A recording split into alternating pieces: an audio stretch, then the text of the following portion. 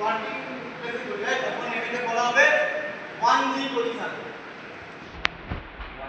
হলো 1G, এটা হচ্ছে 2G, এটা 3G, আর এটা হচ্ছে 4G। এই চারটে পজিশনে আপ হেড, এই ডাউন হেড পজিশন থেকে এটা এর মধ্যে শুরু হবে না, আলাদা লেখা হবে। এই চারটে আগে ভালো করে দেখ, তারপরে আমি ওই সাইডটা পুরো কাজে লাগে না, লাগবে হচ্ছে এতগুলো পুরো কাজে লাগে।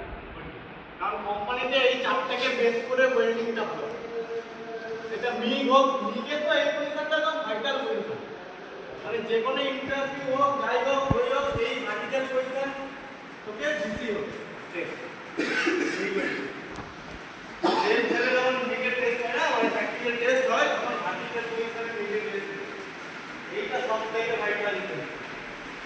ঠিক আছে, তাহলে কি position? Third position, vertical position, vertical position.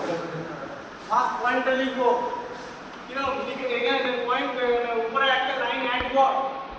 4 types of welding position, 4 types of welding position, মানে উপরে একটা লাইন অ্যাড কর 4 types of welding position দিয়ে চারটি পজিশনের নাম লিখ, পাশে 1G 2G 3G আর 4G টা লিখবি।